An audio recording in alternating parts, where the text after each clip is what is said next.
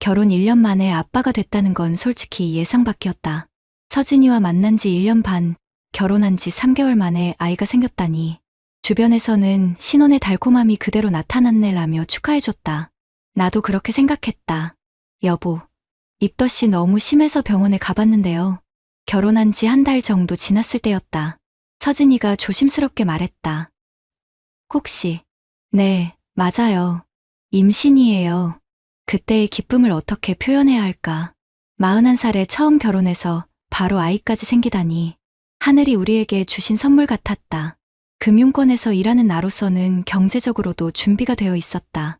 대리 직급에 연봉 5천만 원, 결혼을 위해 대출받은 1천만 원도 금방 갚을 수 있을 거라 생각했다. 우리 아기가 건강하게 태어났으면 좋겠어요. 서진이의 손을 잡으며 말했다. 36살인 서진이도 늦은 나이에 임신이라 걱정이 있었지만 산부인과에서는 모든 게 정상이라고 했다. 그런데 임신 7개월쯤부터 이상한 일들이 생기기 시작했다. 여보, 배가 너무 아파요. 어느 날 새벽 서진이가 깨우며 말했다.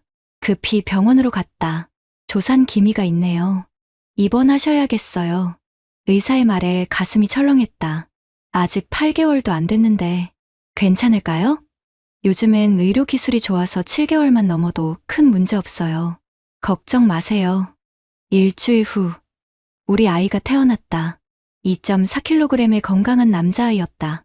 축하합니다. 아기가 참 예뻐요. 간호사가 웃으며 말했다. 조산이었지만 체중도 나쁘지 않고 건강해 보였다. 우리 아들이다. 처음 품에 안긴 아이를 보며 눈물이 났다. 이 작은 생명이 내 아들이라니. 그런데 병실에서 나를 찾아온 어머니가 이상한 말씀을 하셨다.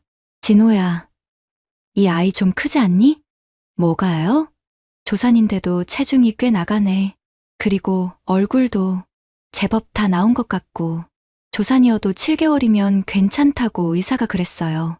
그래? 내가 너무 걱정이 많나 보다. 어머니는 그렇게 말씀하시고 돌아가셨지만 왠지 찜찜한 기분이 들었다. 그날 밤 서진이에게 물어봤다. 여보, 우리 첫날 밤이 언제였지? 왜 갑자기 그런 걸 물어봐요?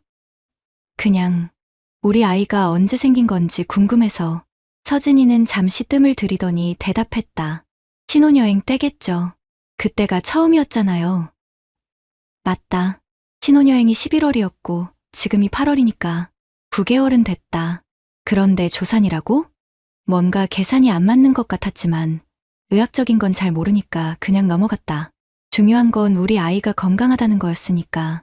출생신고를 하려고 병원에서 진료 기록을 떼는데 담당 간호사가 이상한 말을 했다.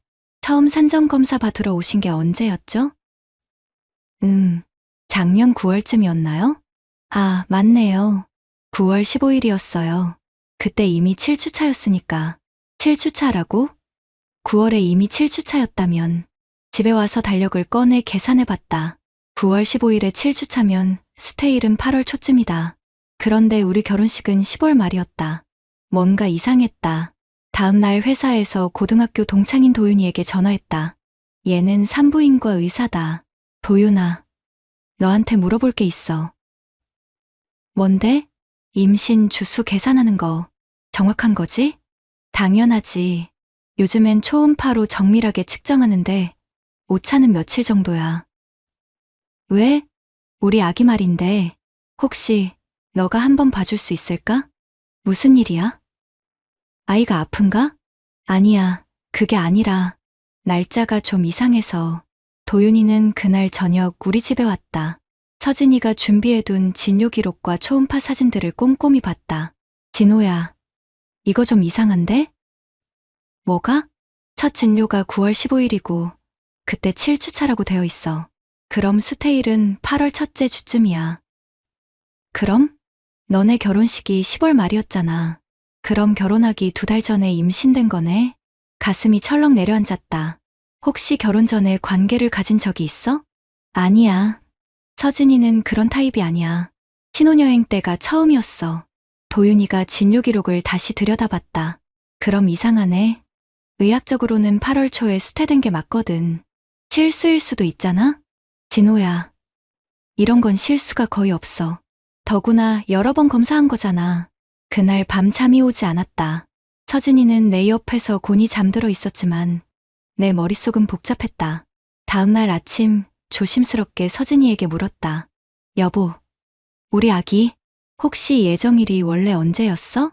왜 그런 걸 물어봐요? 그냥 궁금해서. 원래는 4월 말이었는데 조산에서 8월에 나온 거죠. 4월 말 예정일이면 수태일은 7월 말이다. 그것도 우리 결혼 전이다. 여보, 정말 솔직하게 말해줄래? 우리 첫날 밤이 정말 신혼여행 때가 처음이었어? 서진이의 얼굴이 순간 굳었다. 왜 자꾸 그런 말을 해요? 의사가 그러는데 아이가 결혼 전에 생긴 것 같다고 해. 그럴 리 없어요. 의사가 잘못 본 거예요. 하지만 서진이의 목소리가 떨리고 있었다. 그리고 눈을 마주치지 못했다. 서진아, 나한테 숨기는 게 있으면 지금이라도 말해줘. 나중에 알게 되면 더 힘들어. 긴 침묵이 흘렀다.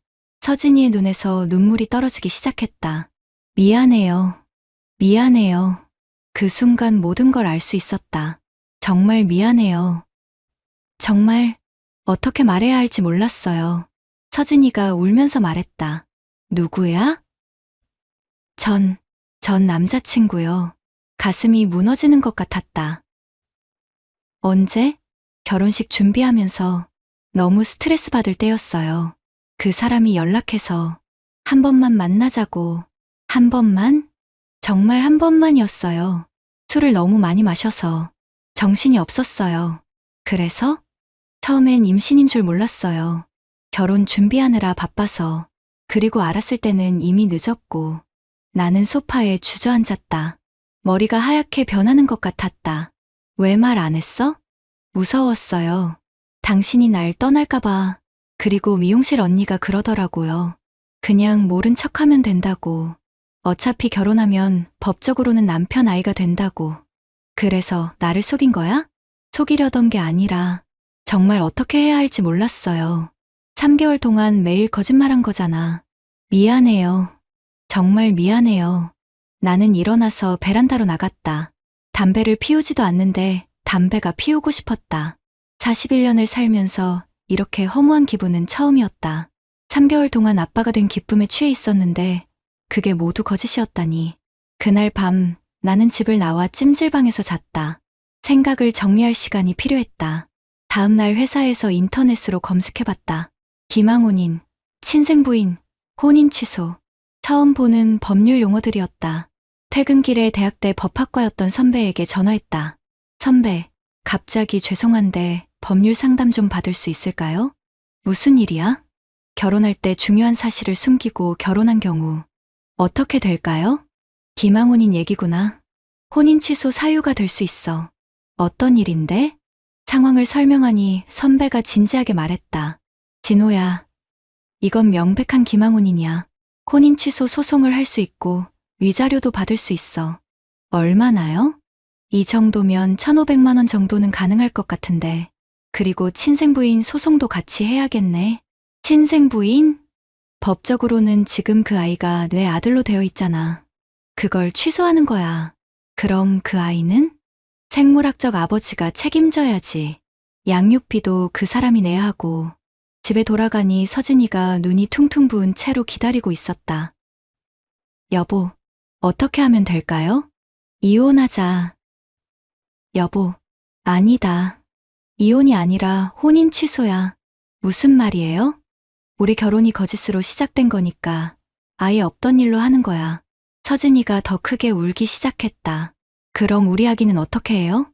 우리 아기가 아니잖아. 생아버지가 키우는 거지. 그 사람은 연락도 안 돼요. 외국에 있는 것 같아요. 그건 내가 알아서 해야 할 일이야. 가혹하다고 생각했지만 나도 이 상황이 너무 힘들었다. 41년 동안 성실하게 살아온 내가 왜 이런 일을 당해야 하는지 이해할 수 없었다. 변호사 사무실에 갔다. 가족법 전문 변호사라고 해서 찾아갔는데 생각보다 일이 복잡했다. 혼인 취소는 충분히 가능하고요. 위자료도 1,500만 원 정도는 예상됩니다. 문제는 친생부인 소송이에요. 왜요? 아이 출생일로부터 2년 이내에 해야 하는데 지금 해도 생물학적 아버지를 찾아야 해요. 부인이 연락처를 모른다고 하는데요. 그럼 부인이 협조해야죠. 협조 안 하면 소송이 어려워집니다. 그럼 어떻게 되는 거예요? 최악의 경우 아이가 무적자부가 없는 상태가 될 수도 있어요. 그럼 사실상 홀어머니가 키우는 거죠. 집에 돌아와서 서진이와 마지막 대화를 했다. 서진아, 마지막으로 묻는다. 그 사람 연락처 정말 모르겠어? 정말 몰라요. 외국 나간다고 했는데 어디로 갔는지. 이름이라도 정확히 말해봐. 김성훈이에요. 나이는 나보다 2살 위이고. 직업은? 수출업체에서 일한다고 했어요. 변호사에게 이 정보를 준이 사설탐정을 통해 찾아보겠다고 했다. 일주일 후 결과가 나왔다. 김성훈은 정말 태국에 나가 있었고 현지에서 한국 식당을 운영하고 있었다. 연락해봤는데 처음엔 발뺌하더니 유전자 검사 결과 보여주니까 인정하더라고요. 그럼 이제 어떻게 되는 거예요? 친생부인 소송 걸어서 법적 아버지를 김성훈으로 바꾸고 양육비 청구할 수 있어요. 양육비는 얼마나 나와요? 김성훈 수입에 따라 다르겠지만 월 50에 80만 원 정도는 가능할 것 같아요. 소송을 진행하기로 했다. 더 이상 미룰 수 없었다. 어머니께 상황을 설명드렸다. 진호야, 힘들겠지만 잘 결정한 것 같다. 내가 평생 남의 아이 책임질 이유는 없어. 그래도 3개월 동안 아빠라고 생각했는데 그건 내가 속아서 그런 거야. 내 잘못이 아니다. 어머니의 말씀이 위로가 됐다. 회사 동료들도 내 편을 들어줬다. 한대리, 너무 선량하게 살아서 당한 거야. 이런 일은 확실하게 정리해야 해. 맞아. 나라면 진작 소송 걸었을 거야. 모든 게 내 편인 것 같았지만 밤에 혼자 있으면 허무했다. 3개월이지만 아이를 안아보고 기저귀도 갈아주고 밤에 울 때 달래준 기억들이 있었으니까. 하지만 이건 감정의 문제가 아니었다. 내 인생의 문제였다. 6개월간의 소송이 끝났다. 판결은 내가 원했던 대로 나왔다. 혼인 취소 인용, 위자료 1,500만 원, 친생부인 인용까지 모든 게 승리였다. 축하드립니다. 완전 승소예요. 변호사가 웃으며 말했다. 이제 위자료는 언제 받을 수 있어요?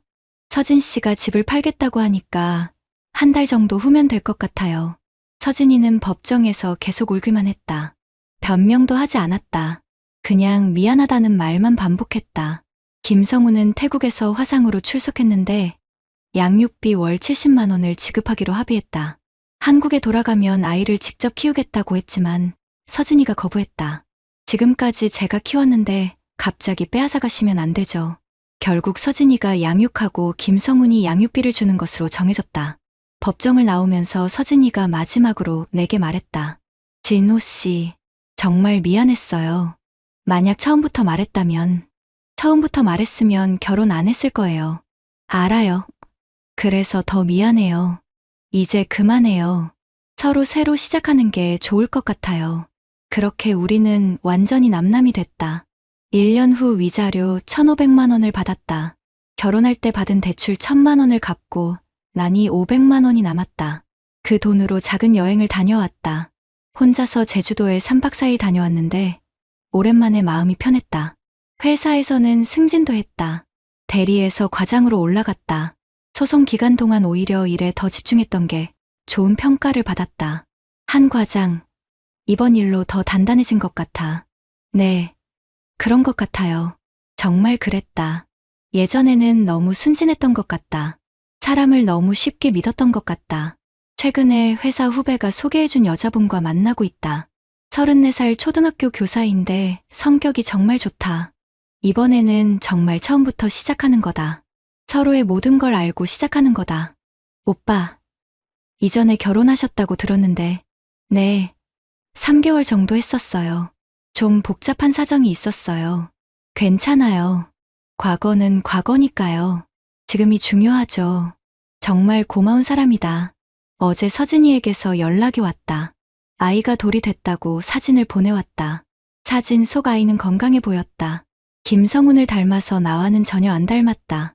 한때는 내 아들이라고 생각했던 아이지만 이제는 그냥 남의 아이였다. 서진이는 아직 혼자서 아이를 키우고 있다고 한다. 김성훈은 양육비는 보내주지만 한국에 올 생각은 없다고 했다. 나는 사진을 보고 바로 삭제했다. 더 이상 관련될 이유가 없으니까. 올해 안에 새로운 여자친구와 결혼할 계획이다. 이번에는 정말로 처음부터 시작하는 거다. 거짓으로 시작된 관계는 진실로 끝낼 수 있다는 걸 배웠다. 그리고 진실만이 새로운 시작을 가능하게 한다는 것도 41살에 처음 겪은 일이지만 덕분에 더 현명해졌다고 생각한다. 이제는 누구도 나를 속일 수 없다. 그리고 나도 누구도 속이지 않을 거다. 마음 쉼터에서 진짜 답을 찾으세요. 거짓으로 시작된 관계는 반드시 진실로 끝내야 합니다. 그래야만 진짜 새로운 시작이 가능합니다. 구독자님들, 오늘 사연 댓글로 공유해 다른 분들과 함께 의견 나눠보세요. 저도 읽어보며 소통하겠습니다.